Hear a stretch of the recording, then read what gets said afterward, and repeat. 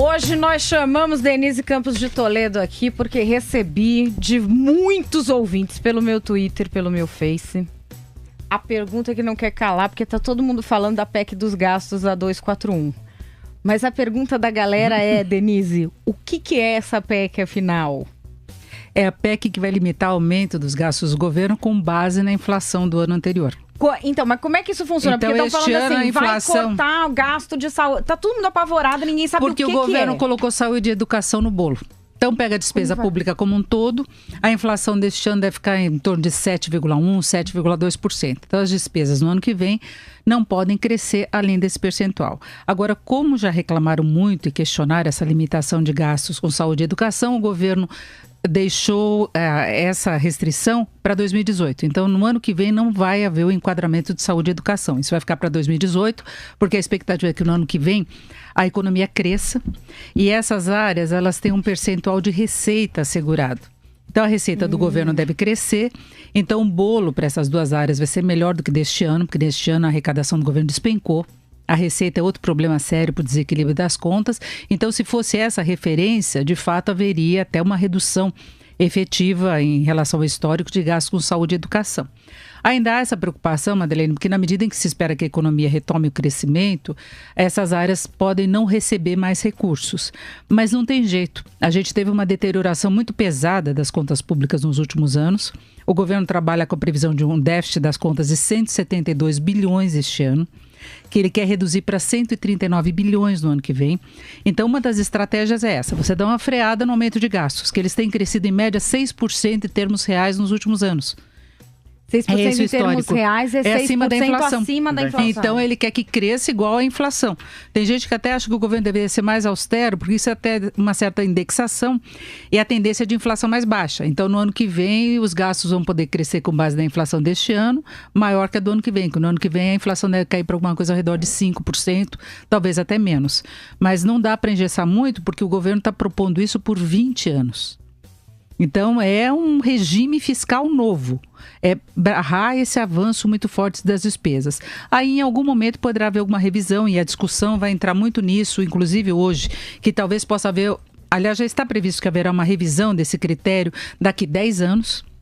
Então, se a economia estiver bem, com uma receita boa, se a dívida pública tiver diminuído, porque depende do governo ter capacidade de gerar saldo para bancar a dívida, senão ela só vai crescer. E no Brasil ainda cresce muito porque o juro é muito alto.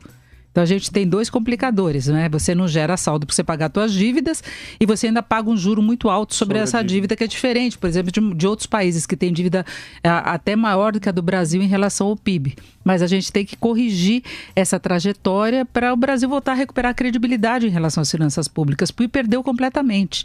Então, o governo partiu para essa briga séria. Então, a PEC vai limitar o aumento de gastos nas várias áreas. Então, quando o governo sofrer aquela pressão toda por reajuste de funcionalismo das várias áreas, ele fala, não posso. Não vai ficar... Não posso, está previsto em lei. Se eu fizer isso, aí ele vai ter que mudar o critério de reajuste do salário mínimo. O governo prevê algumas outras formas de se enquadrar. E hoje, Henrique Meirelles, que está lá nos Estados Unidos, participando de eventos do Fundo Monetário e com investidores, ele de novo voltou a falar da possibilidade de aumento de impostos se essa PEC não for aprovada. Que o governo vai cumprir a meta no ano que vem. Ele tem esse objetivo. Se não houver diminuição dos gastos, ele aumenta impostos. Então, a gente paga a conta. Ou então, paga a conta através dessa mudança de salário mínimo, que vai afetar a população de menor renda e vai afetar também quem ganha o piso da Previdência, que também é atrelado ao salário mínimo. Agora, depois, Madeleine, ele ainda vai ter que aprovar a reforma da Previdência, porque a reforma da os gastos da Previdência continuam subindo. Mais pessoas se aposentando e tem reajuste normal e vai crescendo. Então, essa PEC toda, ela vai limitar os gastos todos, só que a fatia que é destinada à Previdência vai continuar crescendo.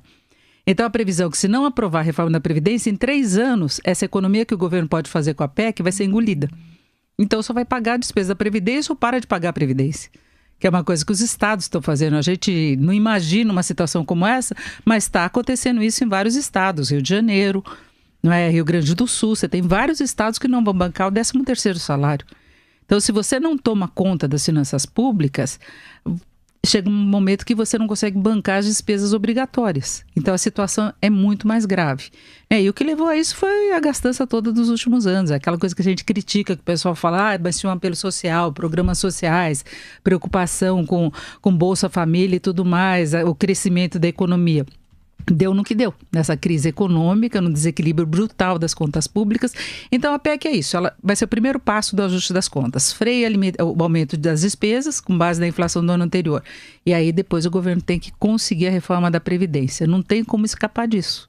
Senão a gente vai ter que pagar mais imposto, né, Madeleine? É isso. Ou então o governo roda a maquininha, faz mais dinheiro para bancar a dívida e isso vira inflação. Denise Campos de Toledo. Qual a saída? Explicando aqui. Sempre a gente que paga os negócios no fim.